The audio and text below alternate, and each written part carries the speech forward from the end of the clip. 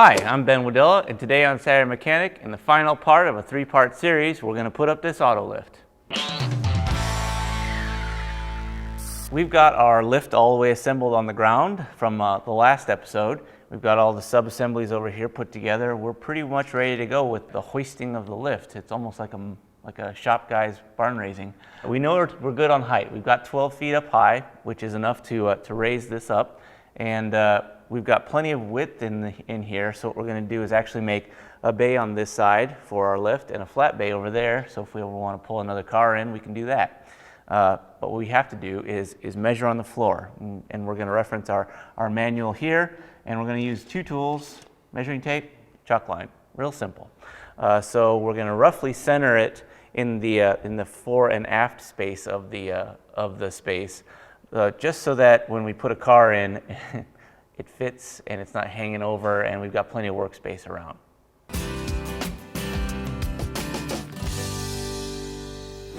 All right, so we've got a span of about 4 feet to work in that we're going to put our lift in, because we're working in between trusses. The trusses are about just a shade under 12 feet, so what we're going to have to do is move to one side. So what we're going to do is just drop it from right about here, just eyeball it really in this case. In your garage, you may very well need to get a little bit more scientific about it. But we've already measured it out, and from this point forward and this point back gives us good balance for longer vehicles like pickups. So we're gonna take a square line from right about here and mark from the back side. So we'll mark the center line, and then from the center line here, we'll mark another line back, so that when we raise it up, we can square the whole thing to make sure that the two arms are aligned properly and everything is square.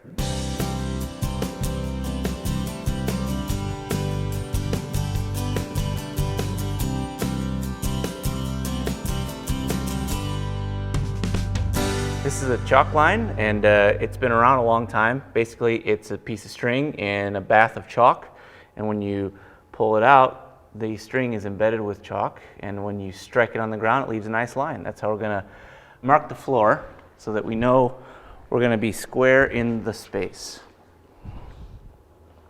So if we hold it on our marks and pull it tight and pluck it like a string. Pluck it just like that.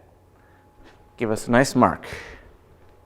Surprisingly, this doesn't take a whole lot of tools, and a lot of it's protective equipment. This is one of my favorite toys. This is a hammer drill. This is not the baby time hammer drill that you might have in your own garage. This is what's referred to as an SDS Max drill. It's basically a jackhammer mixed with a drill, and it makes holes really fast, especially in concrete. We've also got a 3/4 inch concrete bit that's got a carbide tip on it. And we rented this from a rental that's pretty close, Kilburn's, which I go to all the time. You really want to get the big one for this job. Don't get the smaller one. You'll just be at it all day.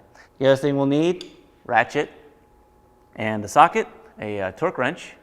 I've also grabbed my face shield, earmuffs, and a mask, because the concrete dust can get serious. So that's pretty much all it's going to take. It'll also take all of your best friends and some of your worst enemies, because these things can be heavy to lift, and you definitely want to have more power or more people behind it than you need. You don't want to grunt your way up to the top. You want to make it easy and smooth. The worst thing you can do is if you don't have enough people, you will drop it, and that makes for unpleasant times.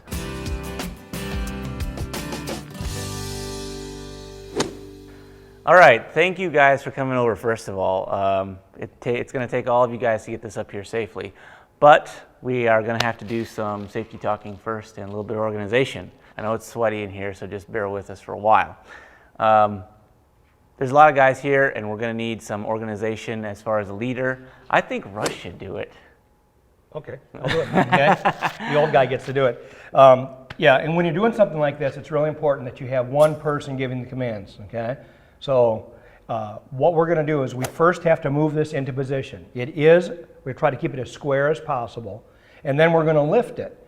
Now, we'll have to lift across the top, so we'll have those two guys there, and they'll move down. So you'll be like pallbearers, industrial pallbearers today, okay? And we will move down along here. Remember, the bottom may want to kick out. So we have to be aware of that. And again, if we have any problems or someone's slipping or I can't hold it, call that out. Okay? Nobody needs to be a hero today. Yeah. If something And goes wrong, if you guys get hurt in the middle of it, just say it. We'll put it down. And we'll put it right back down, okay? So we're really appreciative that you can help us put this in. So we're gonna do it safe. And when we're done, that's when the refreshments happen. Exactly. Never the adult before. beverages happen Never after. before. Okay. So before we move it into place, we've got some important marks on the floor. We've marked out the center line here with this dashed line, and we've got the end plate marks here. So these are square, and when we raise this up, like on this side, this line here will correspond to this edge of the plate, and this And the line dotted here, line will be this edge. No, dotted line will be the center line here. Like I said, dotted line will be the center line, okay? Yeah, so it's not imperative that we get it perfect the first time because we can tap it into place. What we'll do is we'll put a piece of 2x4 on the floor and just get a hammer and tap it slowly. But once it's up, it'll be pretty stable. As we're getting up to the 90-degree position though, it'll get easier and easier to push. So it might make sense to have a couple of guys swing over to the other side just in case something catches. But I think with that in mind, I think we're good. Anything else you can think of? Any questions, guys? Yeah. No questions. So let's get into position. Everybody split in the middle, and we'll roll it over to the side. Okay, remember, we want to keep this square. So, all right, so let's try and line it up with these center lines as close as we can. And that's pretty darn good. So we're gonna lift, it takes 2 guys on an end really to lift these, or 3 guys on an end to lift one of these trolleys out. On the bright side, guys, that's the heavy end. Yeah. So We're not lifting we got that going for us. Let's kick this out. Okay. So you grab this? Yep. 2, 3. Oh. Good idea. Great idea. Gentlemen, what we're gonna do is we'll start at the upper half here, and we'll start to raise it. And as we do, you guys at the end will work your way down that way, okay? The bottom guy on both sides at the end will then peel off when we get it to start to go up, and you'll peel off to keep it from toppling over. Now we need to look at the top. We may interfere there. We probably will not, but it's a possibility, okay? So let's just be aware of that, and we may have to bring it back down. Be safe. We good? Ready. All right. Is there a time life photographer handy? Ready? Nope. 1, 2, lift.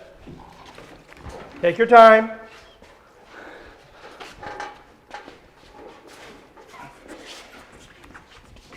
Looking good. Excellent. Oh, yeah. Excellent. Okay, this side. Slow. Take your time. How's that nozzle? We got Just it, but there. we're fine. Excellent. Not down though. This is not down, okay? Not down, yeah. So hang on just a second. Still leaning. So Yep. Can we he's gotta get a piece of lumber there. Hang let's on. just see, can we pull some? He's coming. He's coming. I got you. Okay. Oh yeah. All right, so boy, that was a bit more of a wrestle than it seemed like it was going to be. But thank you guys for coming and hoofing it. I would offer you free beer, but this is a dry set, so come by anytime if you want to use it when it's all finished. And now we're going to go ahead and drill some holes.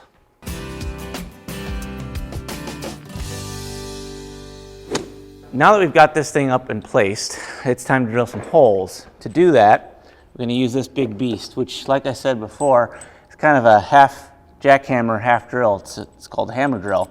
And we've got this nice 3/4 inch bit, which matches our anchor bolt. And we need to drill to a depth that gives our anchor plenty of space. What I've done is I've run the nut down so it's flush with the end of the anchor, and that will be the thread depth that we need into the floor. So I've marked actually a little extra just for the any kind of extra material that ends up in the bottom of the hole. and I've run it a piece of duct tape to give myself a mark on how deep to drill. So with that, we're going to get going and make a big mess and a lot of noise. So I'm going to put on my face mask and grab my earmuffs. Even though this isn't real loud, it might get loud. You're going to want to keep this as vertical as possible when you're drilling, so that when the anchors go in, they've got a good vertical pull.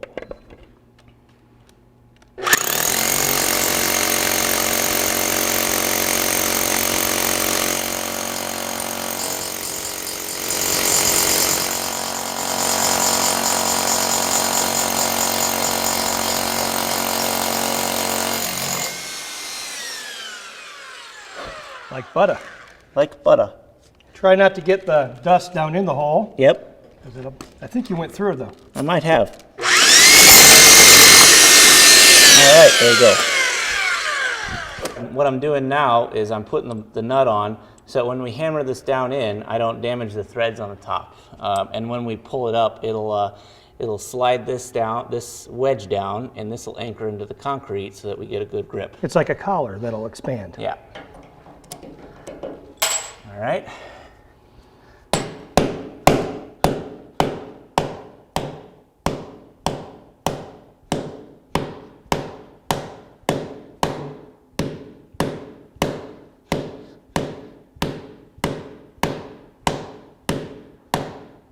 Need a bigger hammer.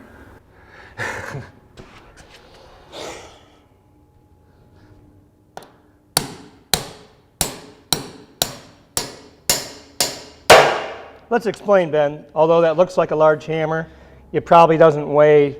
It probably doesn't even have a pound of shot in it. It's large, but it's Dead blow. It's dead blow. It doesn't have a lot of mass, and yes, if we had a nice hand sledge, we'd be looking good. That's something we should buy for the PM garage. So I guess before you start doing this job, make sure you got a socket big enough.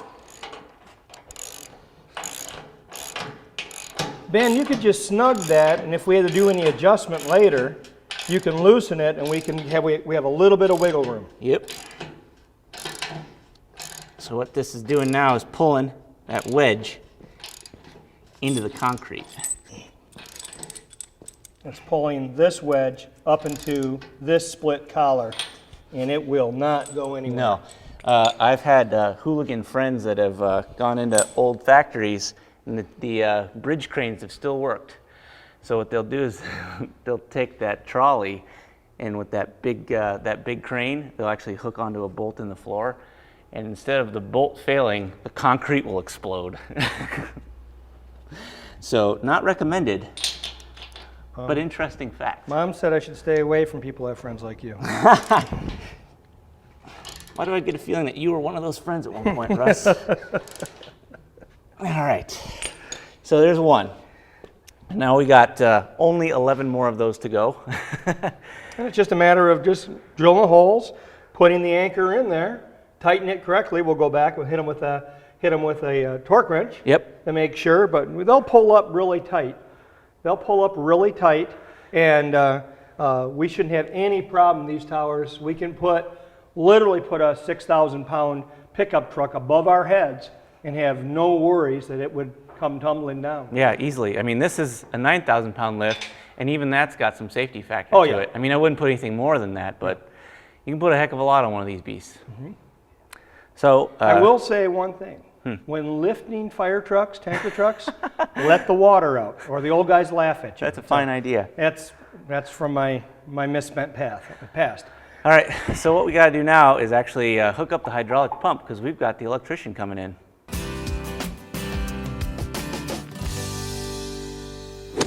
So this is our pump, and this is going to go up onto the front side of the hoist. You should probably have it on the side where you're going to be getting in and out of the cars most, just because it's convenient. It's right by our safety lever, so exactly. it'll make it very easy to lower the vehicle. All your controls come right into this area. So we'll have a safety switch up at the top that wires into this port here, and this thing runs on 220 single-phase power, which we've got an electrician coming in to wire this up. But yeah, this thing is basically a big hydraulic pump. It's filled with what, 2 or 3 gallons of hydraulic It's got fluid? a 3-gallon reservoir, and the only thing I can say to be careful of is these plastic reservoirs. In a shop, when you're swinging things around, I'm always careful that we don't break that. They're easily replaced, and but you need to have this much fluid in there to fill the twin hydraulic cylinders when we lift the vehicle. Right. I guess we can just put it on. I'll hold and lift, and you put the fasteners through. Sounds like a plan. How does that sound? I'll grab my wrenches here.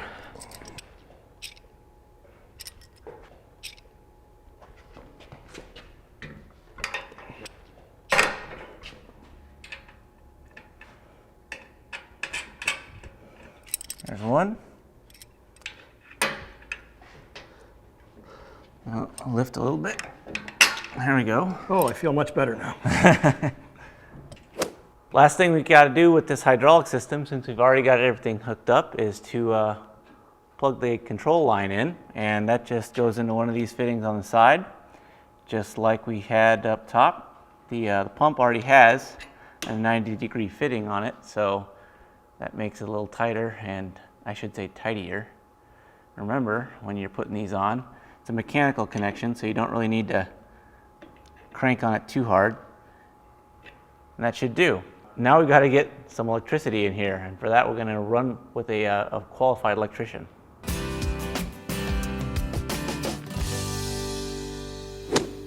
How you doing today? Great, how are you? I'm Ben. Ben, Justin. Justin, you came over from Premium Electric, right? Correct.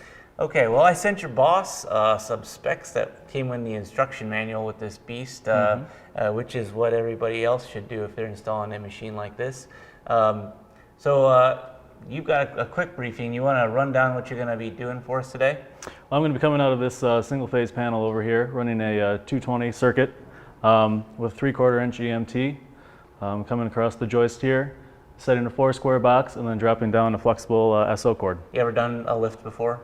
Yes, I have. All right, well, I think I'll just let you get to it. I've got some stuff to do over here. If you need anything, let me know. Great. But box is right there. Yeah, I'm all set. Thanks. Thank you.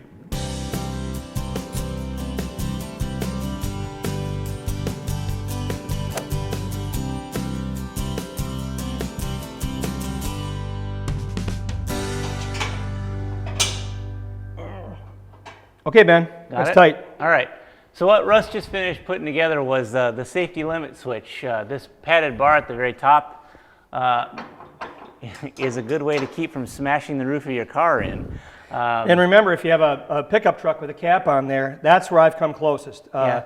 Vans and pickup trucks with ladder racks and caps on there, you go, oh, yeah. Oh, okay. Whoops. It triggers a switch on this side, which you can hear Russ playing with, and that kills this pump, so it stops. And It just opens up the circuit. Yeah, opens the circuit. Yeah. And we can actually test that now because our electrician is done.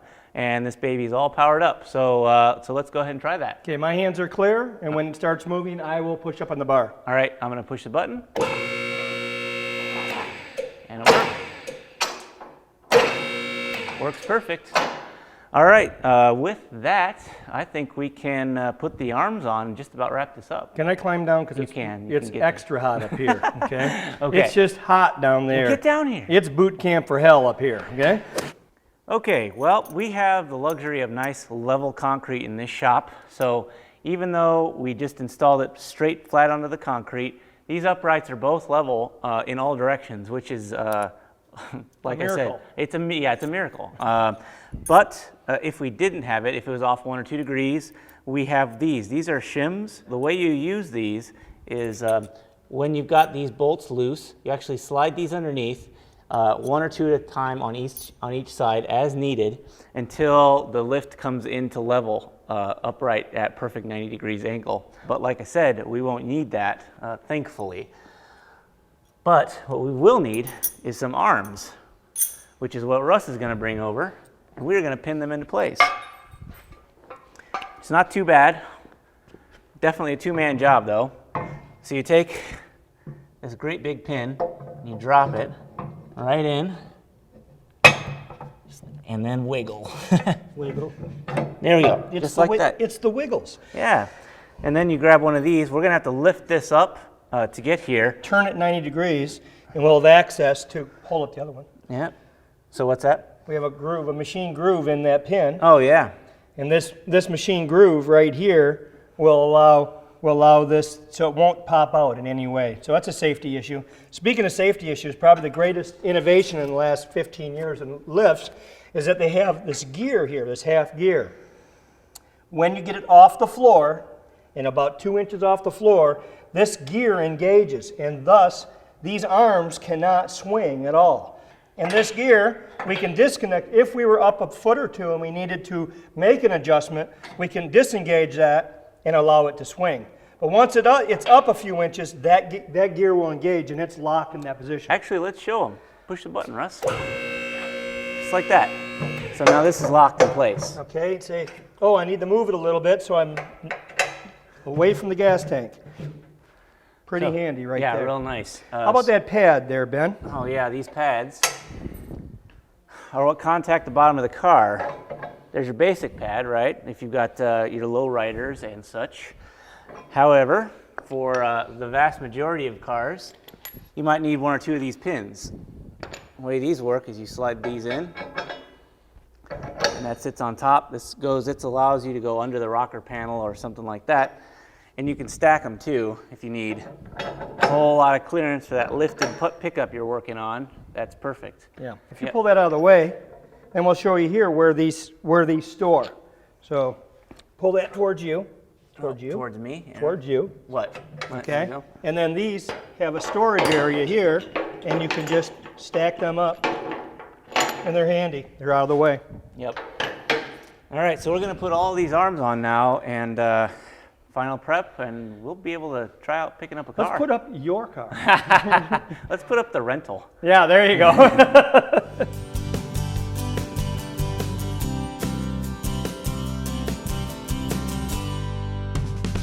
So, you good on your side, Russ? I'm great. Well, we'll lift it up and test our work.